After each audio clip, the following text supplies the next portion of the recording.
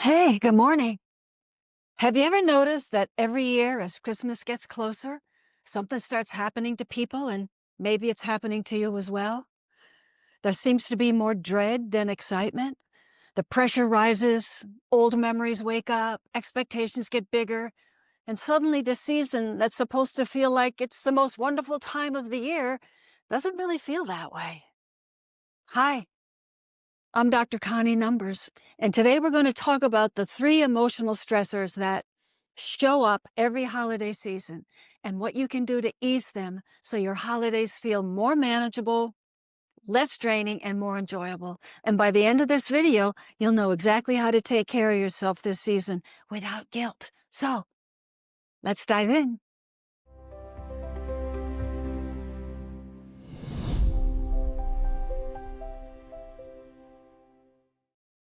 The first stressor is always our expectations. We put so much pressure on ourselves to make the holidays feel perfect. The perfect mood, the perfect gifts, the perfect day. Did we bake enough cookies? Did we put up enough decorations? Did everybody get enough gifts? And were they the right ones?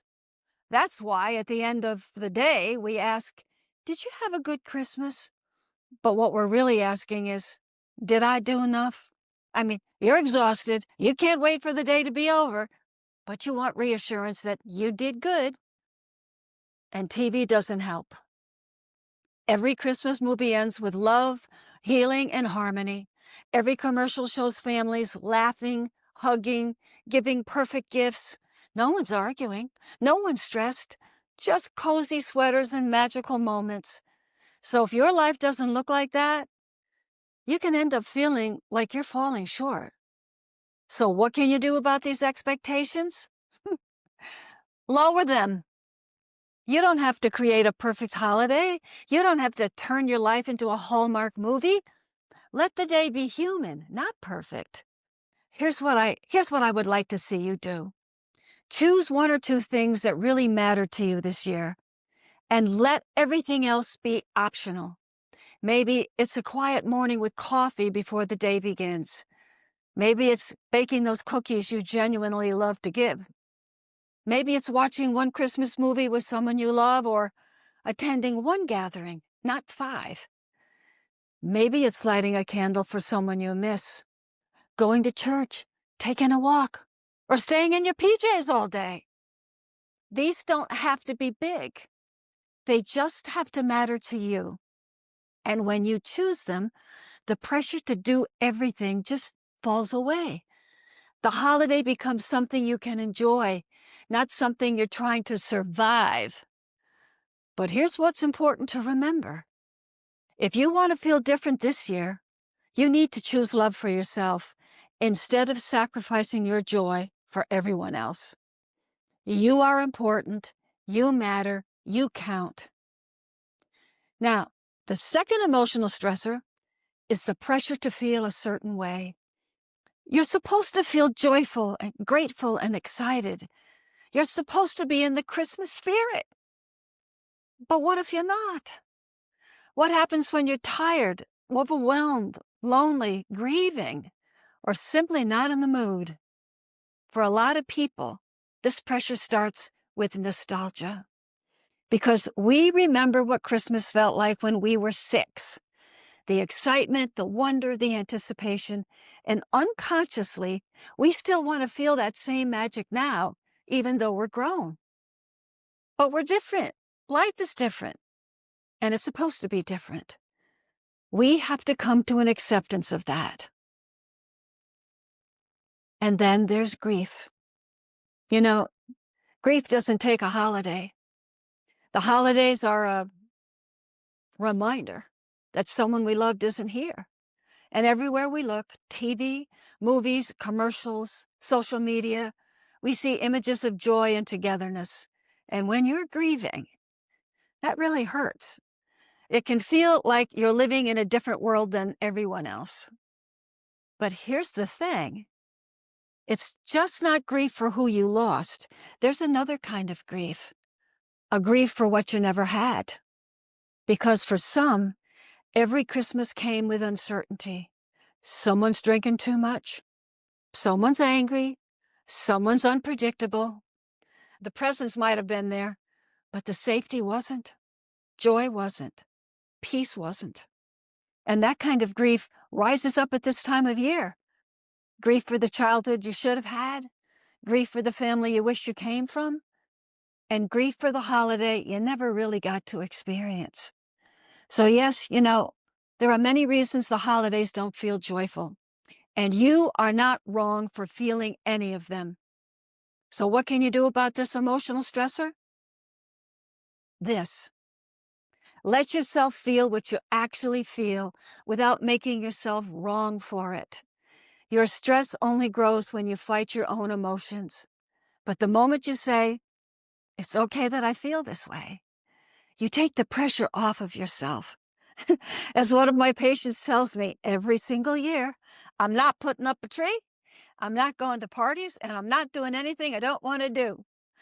And this brings her a lot of peace because she's being loyal to what feels right for her. Now, I want to say this to the other side. You might just be a Christmas person. You might absolutely love this season. The music, the lights, the decorations, the food, the gatherings. You can't wait for the carols or trimming a tree. Well, if that's you, be you. Even with others who aren't enjoying the holiday. Your excitement matters just as much as someone else's sadness, and your joy isn't shallow, and your enthusiasm is not too much. Your love for Christmas is not something to dim or apologize for. So whether you're grieving or glowing, your feelings are valid, your experience is real, and there is room for both. And our last emotional stressor is something that can bring us joy and love, but can also be our greatest challenge, and that is being with family during the holidays. Family can be wonderful, but family can also be complicated, even in the best situations, because something happens when we get together with the family, with people who knew us years ago. More personalities in one room, more history, definitely more opportunity for old stuff to resurface. And part of that stress comes from slipping back into the role you played growing up. Maybe you were the fixer, the peacemaker, the people pleaser, the quiet one, or even the black sheep. And even if you've outgrown that role, being around family can make it feel like the child in you starts waking up all over again. So it's important to be aware of that dynamic, so you let the adult part of you stay in the driver's seat. Calm, present, compassionate, and able to respond instead of getting pulled back into those old family dynamics. But that's not the only reason family gatherings are stressful. Sometimes there's just too much togetherness. Even in healthy families, let's be honest. People can be irritating, clashing personalities, people talking over each other, reliving the same stories, asking the same questions, pushing the same buttons. And after a few hours, you're ready for some quiet. So what can you do about this? Well, you can't control other people's behavior, but you can decide ahead of time how you're going to show up. Are you going to show up as your adult self or the version of you your family expects? Here's what you need to remember. You are allowed to set limits.